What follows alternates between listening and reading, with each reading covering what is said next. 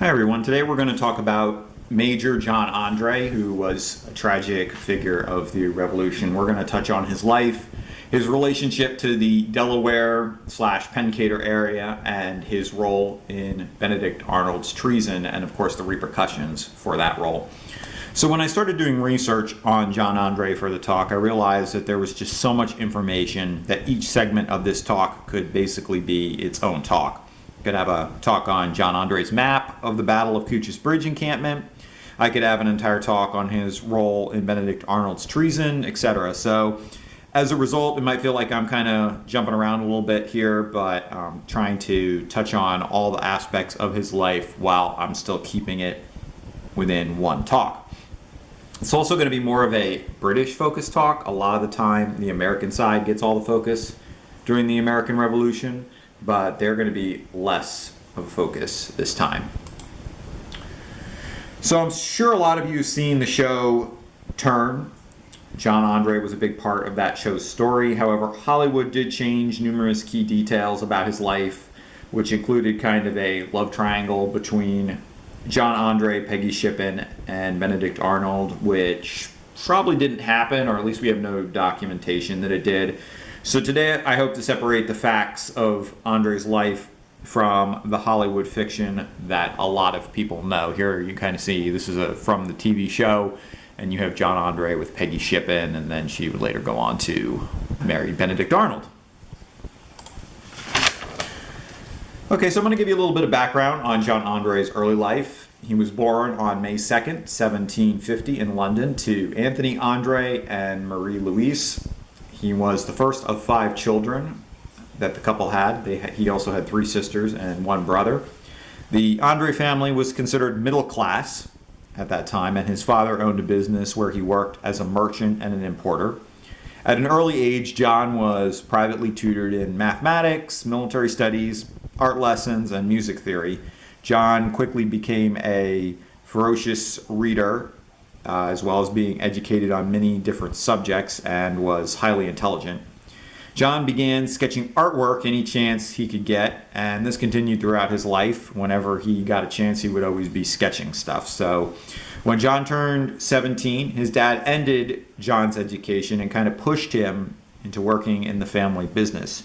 John attended to the accounting books of his father's business and also began to work as a merchant and an importer. John didn't much care for this work, and he didn't take to it well, but he did the best he could with it. At the age of 19, John's life would suddenly change when his father died in 1769.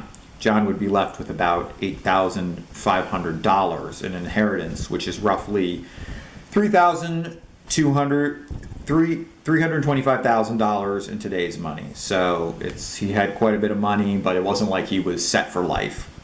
So John decided to take that money and start a new life. He always had an interest in the military, and in 1771 he purchased a commission as a second lieutenant in the Royal Welsh Fusiliers, which allowed him to bypass being a private and gave him social status. Back then you could actually purchase your ranks. All right, so now that we're going to get to the start of the American Revolution. During the early 1770s, the American colonies began to be upset with Britain, and tensions rose. We had the Boston Massacre in 1770, the Boston Tea Party in 1774, the repeal of the Stamp and Townshend Acts, and then in 1774, the First Continental Congress convened in Philadelphia to try to address the grievances of the American colonies. The British troops were sent to America to attempt to maintain peace in the colonies and acted as kind of a show of force to hope to calm the rebellion. John Andre, being part of the British Army, was soon sent to America. Andre arrived in Philadelphia aboard a ship called the St. George in the summer of 1774. As a little bit of an aside, John Andre actually traveled with Samuel Smith during that voyage, and he later commanded Fort Mifflin during the American Revolution and went on to command Fort McHenry in Baltimore during the bombardment of War of 1812. Smith was kind of an unsung hero. You don't hear too much about him today, but he did accomplish a lot.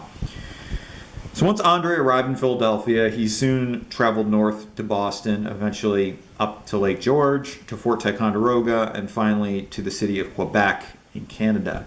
In Quebec, Andre was stationed at Fort St. Jean, and the British commander of the fort, Guy Carleton, immediately took a liking to him and basically recognized his immense talents. It was not long before the war reached Quebec. In the fall of 1775, the American army, under the command of General Richard Montgomery, laid siege to Fort St. Jean and finally captured it in November. John Andre was taken prisoner and sent south to Albany, where he was able to make acquaintances with American officers such as General Philip Schuyler and the up-and-coming Henry Knox, who would later serve as the head of artillery under General George Washington. So there on the right-hand side, you can see that's Richard Montgomery. He was actually killed in battle not too long after that. And then on the left there, you have a depiction of Fort St. Jean. All right, so now we're going to talk about John Andre's life in captivity. It was decided that Andre would be sent to Lancaster, Pennsylvania, with the rest of the British prisoners of war. Now, he was not actually held in a prison or in captivity. He was allowed to walk freely, as long as he signed an agreement not to stray more than 7 miles away from Lancaster. Andre found the town of Lancaster to be very rural and wasn't at all what he was used to. That was kind of the idea at the time, to send prisoners to rural areas to just kind of get them out of the way. So for a while, Andre stayed with the family of Caleb Cope, who lived in Lancaster. The Cope family were Quakers, and since they were pacifists, they didn't like housing prisoners of war. However, the family immediately took a liking to Andre, who helped teach the Cope children how to sketch, as well as tutoring them in mathematics. We're going to talk a little bit more about the Cope family at the end of this talk. Kind of get to that and kind of remember them. Soon John was moved even further west to Pennsylvania, to Carlisle, Pennsylvania, where he stayed for a few months. However, the American army had suffered a major defeat in New York, and many of the American prisoners were taken by the British Army. This allowed for a prisoner exchange, which John Andre was part of.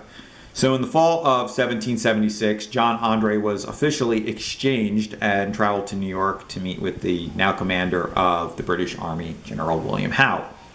Andre was promoted to captain and joined the 26th Regiment of Foot, which was the same regiment that had been stationed at Fort Ticonderoga when it was captured by Ethan Allen and Benedict Arnold a year earlier. So since I'm a reenactor at Fort Ticonderoga and do in fact have a 26th Regiment of Foot kit, I figured I'd post a picture of that. Here you can see they had the winter leggings, which they would take off in the summer. You can see they had buttons that actually had the regimental number on them, and these also appeared on the waistcoat. And this lace, this is called a lace loop, and this lace is specific to the regiment with the yellow and the blue trimming. So at this point, it's probably important to mention an event that took place in New York City while John Andre was stationed there. A spy for the American Army by the name of Nathan Hale was captured in the city, and General William Howe sentenced him to be hung for espionage on September 22nd, 1776. Hale's last words were supposedly, "My only regret is that I have one life to give for my country." As we'll see later, this event had a major impact on Andre's life because it perhaps set the standard for what is done with spies who are caught. So Captain Andre spent the next 6 months in New York City with the British Army. While he was stationed in New York City, he was promoted to major and given the task of being the aide-de-camp to General Charles Gray, also later known as No Flint Gray, for his role of the men taking the flints out of the muskets during the Battle of Paoli. It was a surprise attack. He's also known for Earl Grey tea, I believe, is named after him. So you can see here on the right we have John Andre, and this would be General Charles Gray. Probably later in life that was a painting of him. All right, so then in July of 1777, General Howe, the British general who you see depicted there, decided that he wanted to capture the American capital of Philadelphia. General Howe ordered the entire army of 18,000 British and Hessian troops aboard 267 ships stationed in the New York harbor.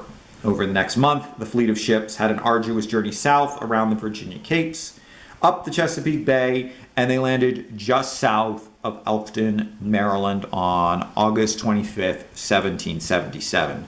This, of course, would set the stage for the Battle of Cooch's Bridge. So here you can see them coming up the Elk River. They would have landed right here, which was around Elk Ferry, just to the south of present-day Elkton. And if you look up in this area here where this blue box is, that's where the Battle of Cooch's Bridge took place. So here's kind of a modern reconstruction of the landing site, and it's really kind of interesting because you see where they marked the landing at Elk Ferry there, and you can see the different regiments, the British regiments and Hessian regiments spread out. You have General Gray's headquarters over here.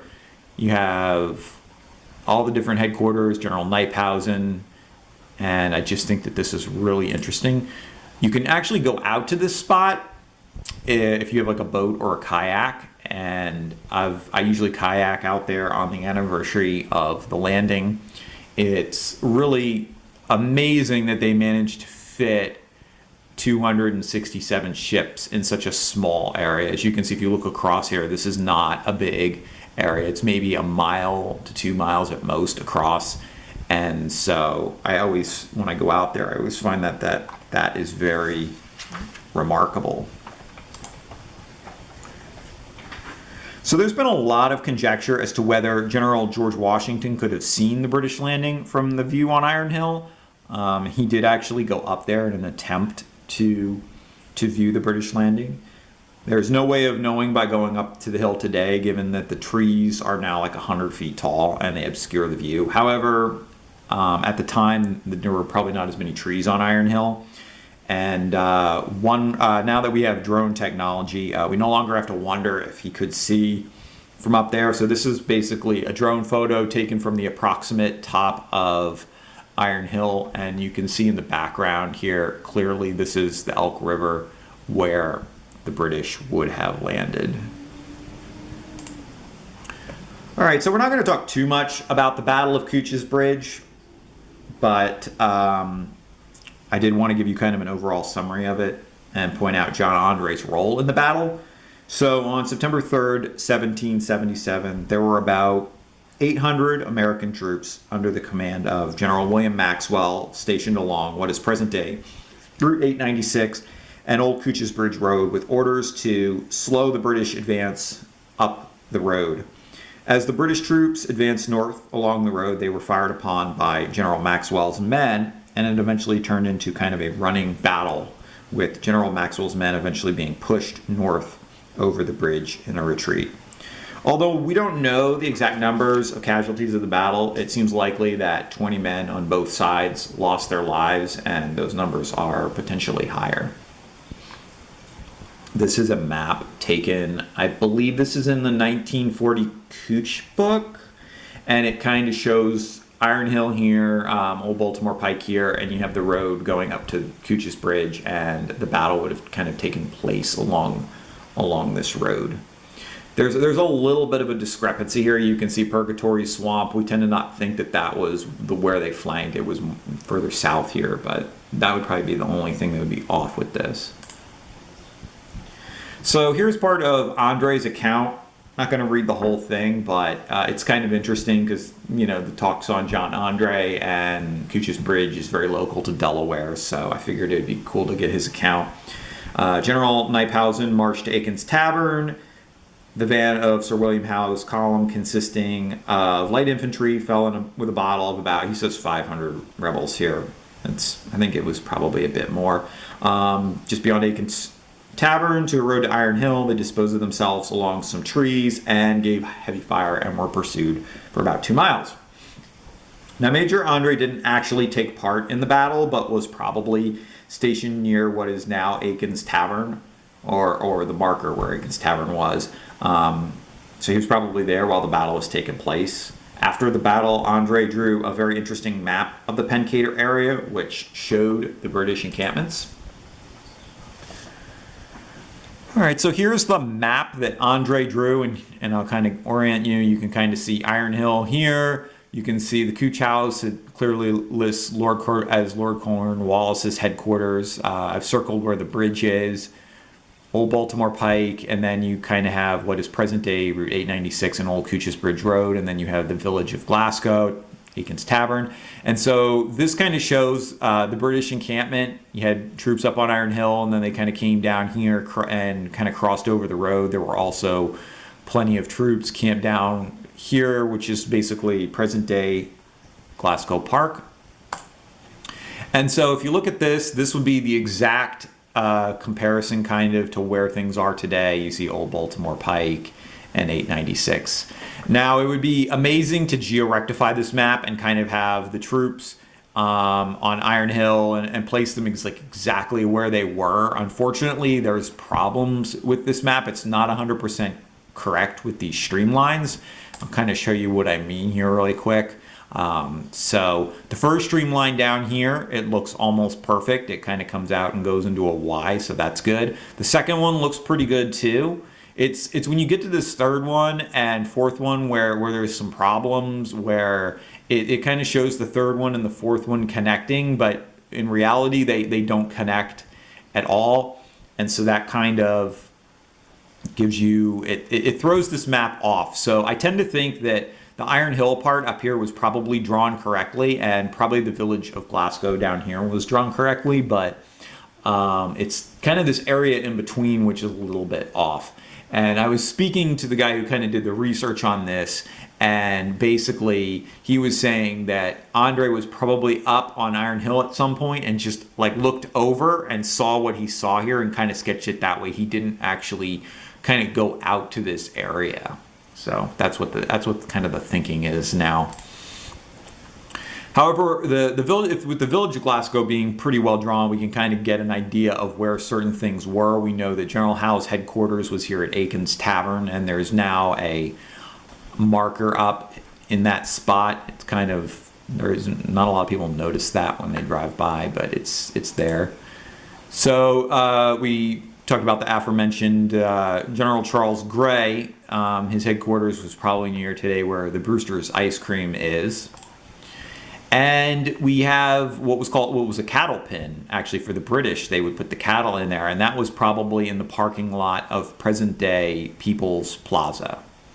As to where John Andre was, he was probably camped somewhere over by Glasgow Park, or he could have been back over by the Brewsters where General Gray's headquarters was, since he was aide-de-camp. Now, a lot of people don't know this, and kind of credit to Wade Katz for discovering this, but there's actually two maps. There are actually two maps drawn. Unfortunately, it's kind of poor quality. This one's very similar to the other one, that the streamlines don't match up here. But what is interesting is it also shows kind of the British encampment in a different kind of area, and it also shows here where it looks like the battle actually took place on the map. Which is really neat, and it's over in that field where they're currently doing construction, which is unfortunately really sad, but that's the situation. All right, so moving ahead, after Cooch's Bridge, the American Army suffers a major defeat at the Battle of Brandywine on September 11th, 1777, and on September 25th, the British Army succeeds in capturing the American capital of Philadelphia. The Liberty Bells move, the Continental Congress flees to York, Pennsylvania. General Washington attempts to dislodge the British Army out of Philadelphia on October 4th, which is the Battle of Germantown, but he fails to do so. And while the British Army is in Philadelphia, the American Army encamps at Valley Forge for the winter. So interesting things begin to happen while John Andre is in Philadelphia. Andre takes up residence at the now vacant home of Benjamin Franklin and befriends a Philadelphia resident, 17-year-old Peggy Shippen. So this is a sketch of Peggy Shippen that actually John Andre drew of her. The Shippen family were neutral in the war, neither on the side of the British or the Americans, but as we'll see later, it's possible that Andre's friendship with Peggy Shippen likely made her become more of a loyalist to the British Army.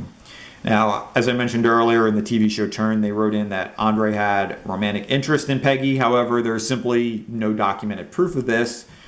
To further complicate historic record, there seems to be more proof that John Andre was actually in a relationship with a different Peggy. Her name was Peggy Chew, who was the daughter of Benjamin Chew, who owned Cliveden in Germantown. So two different women with the same first name, Peggy. It can be very easy to create stories around the situation with no documentation to actually back it up. In any event, the British General William Howe in 1778 decided he was going to resign his commission and return to England. There's various reasons for that, which we won't quite get into. But it was Major Andre who decided to throw him a big going away party in Philadelphia at the home of John Wharton, which was in South Philadelphia. Even today, where that home is still considered South Philadelphia. Andre pooled money from all the generals in the army and planned the party. It consisted of a regatta of ships along the Delaware River, 3 musical bands, a tournament of jousting knights, a 17-gun salute, a ball, and a banquet for over 400 people. They called it the Meschianza, which I believe is Italian for mixture.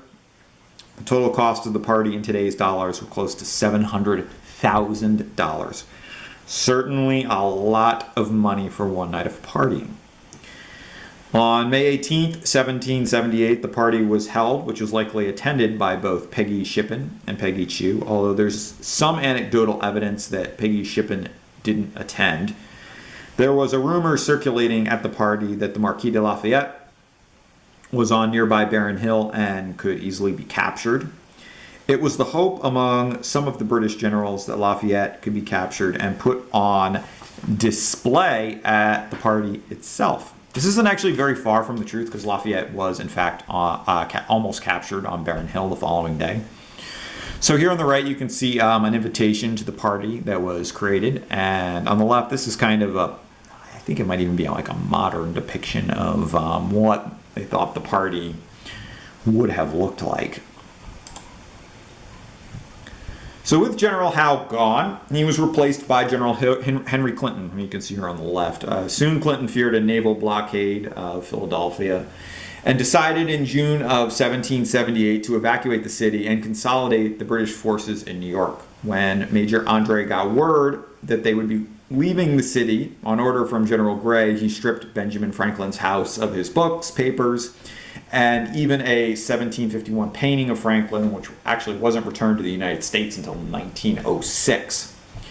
General George Washington at Valley Forge had plans for the British evacuation. He sent troops to follow the British out of Philadelphia and clash with them at the Battle of Monmouth in June of 1778 in central New Jersey, near Freehold. Washington also sent General Benedict Arnold to Philadelphia with troops to reoccupy the city. All right, so General Arnold, up until that point, had been a war hero for the American Army. So he's a war hero at this point. As mentioned, he had helped capture Fort Ticonderoga and had saved the day at the Battle of Saratoga. Getting wounded in the leg in the process, he actually had to walk with a limp for the rest of his life, I believe. But Arnold was starting to feel like he wasn't getting the recognition that he deserved for these accomplishments. To make matters worse, while Arnold is in Philadelphia, he's being brought up on charges of price fixing. Essentially, what Arnold did was he closed up all the shops, bought up all the goods, and then he resold them at much higher prices. While in Philadelphia, the 36-year-old Arnold meets and begins to court none other than Peggy Shippen, who had been friends with Major John Andre.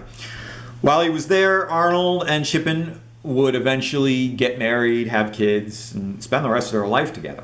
Although we don't know the exact details or motivations behind it, at some point of this time, General Arnold decides that he is going to commit treason against America. There's actually a book out now. It's kind of weird that they say that Benedict Arnold was never really a traitor against the American side, that he did it to help them. It's a really bizarre book, but I guess he tries to make the best case that he can for that. So, all right. So Major Andre became aide-de-camp to the commander-in-chief. So now he's moving up. Now he's aide-de-camp to General Henry Clinton. Although few in the British Army liked Clinton, Andre and him became close, and Clinton recognized Andre's talent and good work ethic. Major Andre was tasked to head the British Secret Service in America, which dealt with espionage.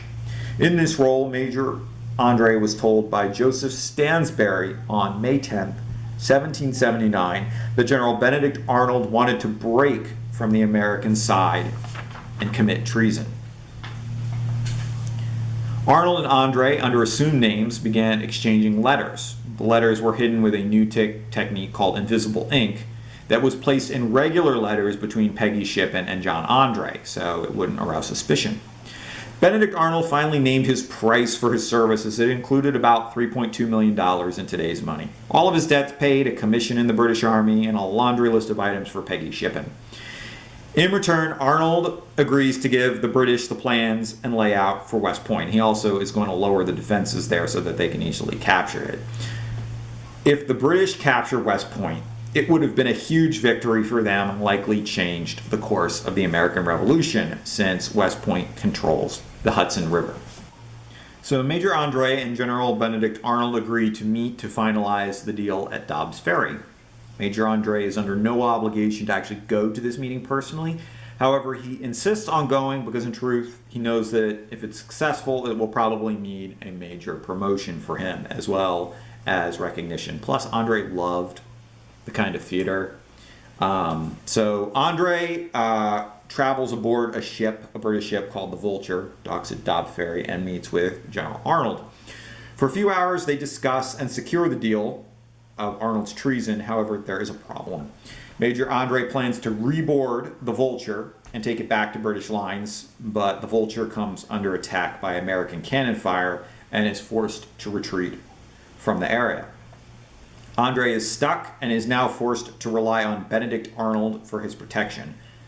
Arnold suggests that Andre stays in a nearby house for the night. This requires Andre to cross into enemy lines into American territory, which makes him very nervous. But Andre essentially has no choice. While staying at the house, Arnold gives Andre papers showing the layout of West Point and suggests that Andre conceals them in his boots. Which Andre does. In the morning, with no sign of the Vulture returning to pick up Andre realizes that the only way that he's going to get back to British lines is by land. And to do this, he's going to need to take off his British uniform and don a colonial uniform to pass himself off as an American. Before Arnold departs, he gives Andre passes so that he can get by American sentries and back to British lines. Andre begins his trip on horseback, and there are some close calls with him being discovered, including running into an American commander who had met Andre previously when they were imprisoned together. Luckily for Andre, the commander, by some miracle, didn't recognize him. So John Andre was almost back to the British lines and was breathing a sigh of relief when he comes across 3 sentries. Being so close to British lines, Andre assumes that they're actually British sentries and immediately announces to them that he is a British officer on an important mission. In an instant, Andre realizes that he's made a big mistake, that these men are actually American sentries. Andre quickly changes his story and says that he's actually an American, and he produces a pass from Benedict Arnold to prove that he's an American. However, these men are now suspicious. Something's off here. So they search Andre, and they find the treasonous papers in his boot. So here is the depiction of the men finding the papers, which is really kind of interesting. So once Andre is taken prisoner and he is sent to Lieutenant Colonel Jameson, who is the American commander of the area, Lieutenant Jameson makes 3 decisions. The first decision is to notify George Washington of what's going on. That is a good decision. The second is to notify Benedict Arnold of what's going on. It's like, hey, we found these passes, we found this guy. That's a very bad idea because Benedict Arnold, who's now a traitor, reads the letter and he ends up escaping to British lines and is never captured. Had he not been notified, things would have turned out very differently. And the third decision is to send Andre to Arnold, which is also a bad decision because Andre is going to get to Arnold and Arnold is just going to send him right back to British lines. However, the third order is countermanded and Andre is simply taken into custody. At this point, Andre's heart sank because he probably realizes that he has now forfeited his life. So let's look at the mistakes that Andre made during this meeting, other than that he shouldn't have gone to begin with. For starters, he never should have crossed enemy lines and allowed Benedict Arnold to control the situation. Andre never should have taken off his British uniform because now he is not a British officer doing his duty. He's now seen as a British spy, which would come with different penalties. Andre never should have agreed to hide the treasonous papers. There's some dispute as to whether these papers were forced on him by Benedict Arnold or if he wanted to take them to impress General Clinton, like, hey, look what I got. Here's the proof that Benedict Arnold is officially a traitor. But the biggest and perhaps fatal mistake that Andre made was identifying himself as a British officer to unknown sentries. Andre essentially had a 50-50 shot of getting it right. But had he simply passed himself off as an American with a pass from Benedict Arnold, he would have been fine. Because had they been British sentries, they would have captured him and taken him to the British lines, which is where he wanted to go anyway. Had they been American sentries, they would have simply seen the passes and probably let him go. But by immediately announcing himself as a British officer to American sentries, he aroused their suspicion and made his pass from Benedict Arnold essentially invalid. So there was a brief negotiation between General Henry Clinton, the British general, and General George Washington on Andre's fate, but Washington stood firm that the only way Andre's life would be spared is if the British gave up Arnold, which in reality Clinton would have done under normal circumstances. Clinton liked Andre, and he actually disliked Benedict Arnold because Arnold's a traitor. Even though he's on the British side now, he's still seen as a traitor on both sides. But as a code of conduct, it would have discouraged anyone else from becoming a traitor, and so could not have been allowed. Washington also remembered Nathan Hale's execution as a spy and decided to make an example of Andre by also hanging him as a spy. There was also a trial for Andre, but it was more of kind of a kangaroo court with the decision of death already pretty much predetermined. Andre had requested that he was shot by a firing squad instead of being hung, but Washington denied that request. Again, it's code of conduct. Spies get hung. Although Washington did later say that of Andre's situation, it was more unfortunate than it was criminal. So while waiting to be executed, Andre drew one last sketch of himself looking resigned to his fate. There he is. You can see him. That's only probably a couple days before he was executed. Andre also had a correspondence with Alexander Hamilton, and Hamilton had admired Andre. I think this note's kind of funny because this is actually a letter from Hamilton to Andre. You can see here it says Major Andre. And of course, he always was sketching on things. Andre took the chance to sketch the innkeeper on the back of the letter. John Andre was hung on October 2nd, 1780 in Tappan, New York. He was just 30 years old. Andre placed the noose around his own neck, and when asked if he had any last words, he said, quote, "Nothing but to request you all witness to the world that I die like a brave man," end quote. He was buried at the hanging spot in New York. However, in 1821, his body was exhumed and reburied in England. All right, so now I want to talk briefly about a sketch I obtained in 2015 at a reputable auction house. There was a sketch for sale that was supposedly drawn by John Andre while he was living in Lancaster, Pennsylvania with the Cope family in 1776. At first I looked at this and couldn't possibly understand how they thought that this was authentic. It's very faded. It could be drawn by anybody. However, I decided to take a chance on it and purchased it at auction. So the first thing I noticed when I flipped it over was that it was in fact labeled and signed by Thomas Cope. I found out that Thomas Cope was the grandson of Caleb Cope, who had been the guy who took John Andre into his house. So to confirm that the back of it was actually signed by Caleb Cope's grandson, I went to the archives and I obtained a signature of Thomas Cope. So here on the right, this is the back of the document, Thomas Cope, Philadelphia, 1851, and you can see there's an actual Thomas Cope signature, and they are, without question, a perfect match. So the person who signed this, we know that it was Caleb Cope's grandson. So the next thing I did was I noticed that at the bottom of this faded drawing that there was kind of looked like a John Andre signature. I got John Andre's signature here at the top, and then I kind of colored it in, and clearly to me you can definitely see that this appears to be signed by John Andre. You can definitely see the J loop here, and you can kind of see that A that he makes, that the circle and the D. There's just so much there that really matches up, which just made me think that yeah, this is in fact real.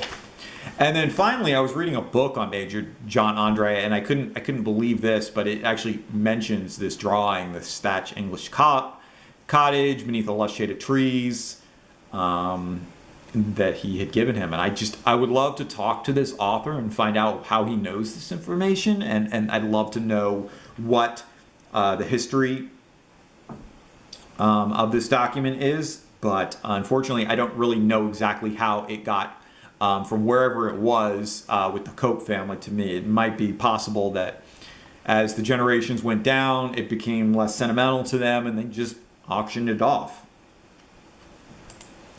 And, well, the question slide is for people who were actually at my talk, but since this is on YouTube, can't really ask any questions. Although you could actually ask questions in the comments.